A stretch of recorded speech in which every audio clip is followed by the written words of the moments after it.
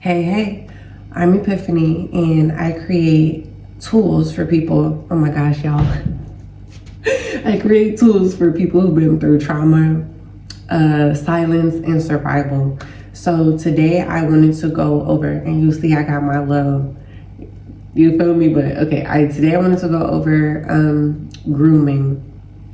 The definition, the red flags, normalized behaviors, real life examples, what media portrays, and then I have a bit of reflection for you. Okay, so, and I'm a little stuffy, so don't mind me. I'm still trying to show up, okay? So be kind with me. Okay. Grooming is when someone builds trust with the person, often a child, teen, or vulnerable adult. So for me personally, I would say I was groomed between the ages maybe like 14, and between 14 and 18. And then especially, this is what nobody really talks about, especially when being a underdeveloped young woman, you are like vulnerable. You're vulnerable. And especially when nobody talks to you about these things because it's so taboo. So yeah, vulnerable adult. I would list this specifically because I started reading this one book and it talks about when society decides to adultify you. And then obviously we're minority women. So there's even more, like I would say, there's a bigger increase of our adultification earlier on. So I would mark this as between 14 and about 21, 22, 23, because you start to wake up out of the societal fog, the hormonal funk, the validation, not so much victory. Okay, around 23 to 25. Once you hit like 27, then your brain is like, whoa. They say, whoa, Nelly, like that. So yeah, grooming is when someone builds trust with the person, often a child, teen, or vulnerable adult. Think of us neurodivergent girlies, or undiagnosed autism. You got the undiagnosed autism. Think of the neurodivergent girlies. That the people are not willing necessarily to go get, whatever. But think of, how do I say, the girls with bipolar, the girls with anxiety, the girlies. You feel me? Women in general in a male-based society. However, I particularly want to address the girls with the undiagnosed autism, the girls with the undiagnosed bipolar, the girls with the anxiety. Vulnerable adult, meaning people with who need a bit more, how should I say, compassion from society. Okay. I'm gonna say it again. I gotta say it one more time so I can get through the full sentence, y'all. Grooming is when someone builds trust with the person, often a child, teen, or vulnerable adult, in order to manipulate, exploit, or abuse them over time. Okay, it's not always loud, it's not always violent, and it often looks like care, attention, or special treatment at first. Okay, that's the big deal, at first. But grooming is never about love, it's about control. Especially, obviously women can groom, but typically we're talking about men here. The dusties and the cresties and the lesties. The ones who more than likely don't appeal or aren't mature enough to be with women their own age. And they specifically will say things like, I like girls that are 18 to 21 or whatever. This also plays into slavery trauma, misunderstood slavery trauma in our own community specifically. Obviously the adultification of Black and brown girls, minority women, boom, there's that right there. Slavery trauma, colonization trauma, okay? Then there is also the impacts of men wanting to, like the term proximity to whiteness, they want to acquire the same power that in society a white man has or holds or, honors, whatever.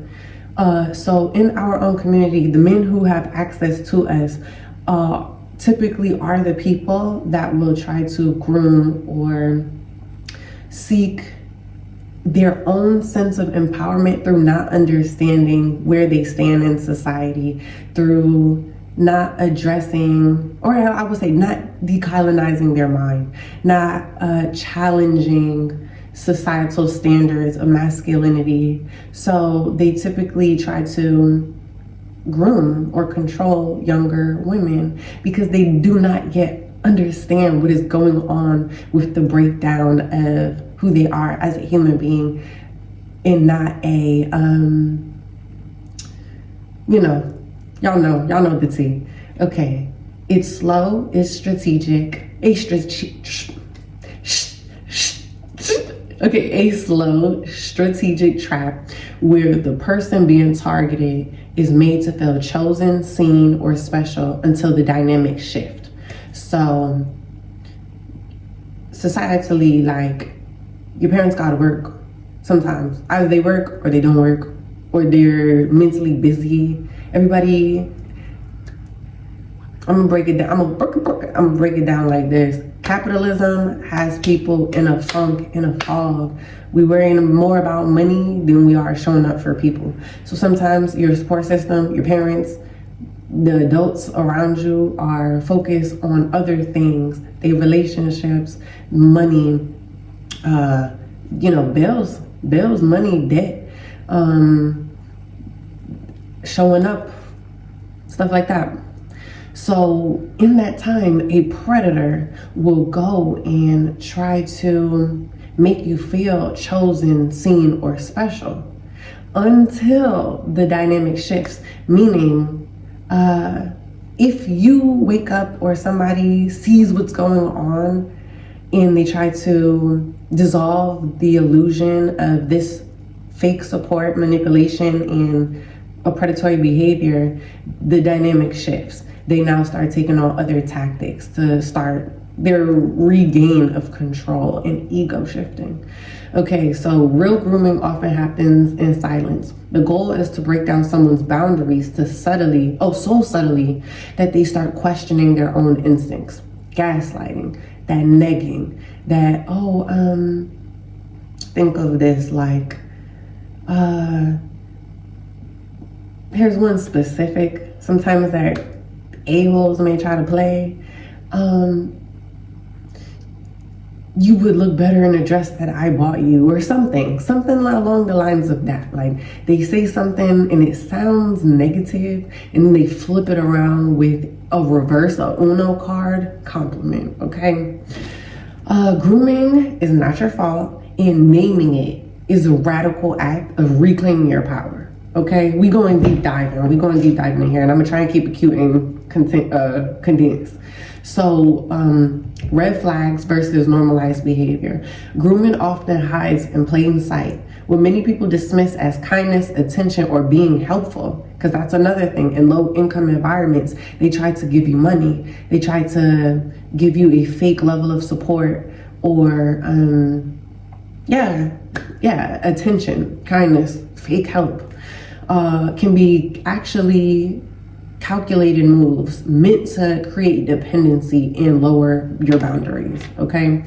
Red flags often dismissed or excused. Giving expensive gifts to a child or a teen, or you really just a teenager till you turn 23, bro. Like, let's keep it real. Unless she was given the tools, but as a neurodivergent girl, you more than likely probably weren't, okay?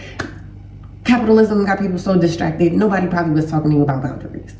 Like, let's keep it real.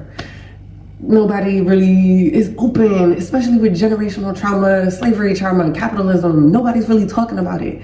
So we're kind of like as a neurodivergent girl, you're sent into the world misunderstanding the structure of how colonization and masculinity kind of negatively, and white supremacy negatively impact a lot of how we are going to, or how the world receives us and wants to create intentions for us. Okay, so giving expensive gifts, being overly involved when adults and guardians are distracted, big one, because that was my one. Okay, creating secret relationships. Don't tell anyone I said this or that I did this. That's a big one too. Isolating the person from friends, family, or other support systems. So for instance, I'm gonna just try and keep it. My abuser recently went to my grandfather and was like, whatever they conversed about, it is what it is. But he came back to me and said, oh, your grandfather doesn't believe what you said. Okay. Like, you can't isolate me now because I've already created a different support system for myself. I already empowered myself through sharing and trying to help others. My experience with validation is already severed. So you can't isolate me in that way.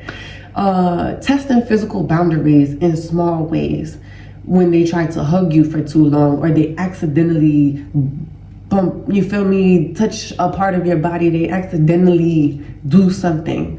And that is like you feel me, they trying to test to see, what are you gonna say? Are you gonna say something? Are you gonna do something? Do you jump out your skin? Do you hold them accountable? Do you tell anybody? They do that to see, does anybody come to your rescue? And if through capitalization, through capitalism, distractions, illusions, and all this mess, people more than likely are too busy inside of work drama, inside of this or that, bills, debt, all of this stuff, so yeah, how are they gonna come and you don't even know how to speak up, you don't know how to, you don't know who's gonna come, blah, blah, blah, like, not every, yeah. Okay, so testing physical boundaries in small ways, making the person feel indebted. I gave you this money, now you owe me. I helped you out with this, now you owe me. Even it can be like, I helped you look cool or whatever, now you owe me, like whatever. Offering to mentor or protect in exchange for obedience, and slowly shifting conversations from innocent to inappropriate. That's a big one. Men sometimes, or let's say like immature men, they will try to sexualize you so quickly. You can be like, oh, they'll be like, oh, did you have a good day today? Da da da da da, bing bong, boom. Then you start talking about your goals, your wants, and then it's like, oh, your body looks so good. Da da da da. Sexualization, hypersexualization of minority women. You feel me? Like, it goes like that. So normalized behaviors, but still harmful in context. Excessive compliments on a young person's body, or your maturity, which you're underdeveloped, so you're not really mature. Okay? Just because society decides when we're gonna stop being a child, that's what they will mark as mature, so they can have an excuse to overgo the boundaries, do what's wrong, and justify their behavior. Spending one-on-one time with many younger people without accountability. My cousin used to host parties. He would invite, for instance, me and his younger brother and other younger people from high school to gain access to more younger people, so that he can put stuff like jungle juice. He would put Xanax in the jungle juice, and now it's a whole bunch of minors in his house. And this is what he tried to gaslight me about talking about. He tried to gaslight me about this, and he knows he was wrong. But so, yeah, like, what do I say? Spending one-on-one time with younger people without accountability. You think you go into a party and there's chaperones in the house, and you really just got an immature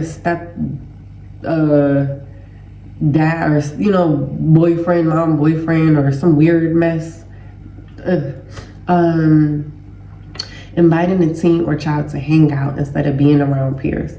Then they invite you for personal parties, weed, alcohol, blah, blah, blah, whatever. Parents or caregivers saying things like, he or she just sees you like a daughter despite discomfort. So for me, it was him saying like, oh, you like your family, like you're my cousin, like I watched you grow up. Weird, predatory. He watched me grow up. Like shrugging off instincts with phrases like you're being dramatic or he's just being nice, like getting gaslit. Okay, so here's a reflection prompt.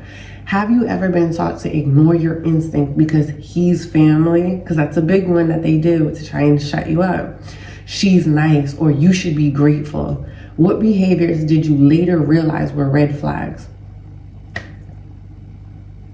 Okay, I hope that helps. I'm gonna, because the video's already getting a little long, so I'm gonna shorten it up, and I'm gonna go into section 3, real life grooming versus media portrayals. And I guess I'll restart it off with the definition, so you know we get a little refresher, and then I'll go over these aspects in the next video.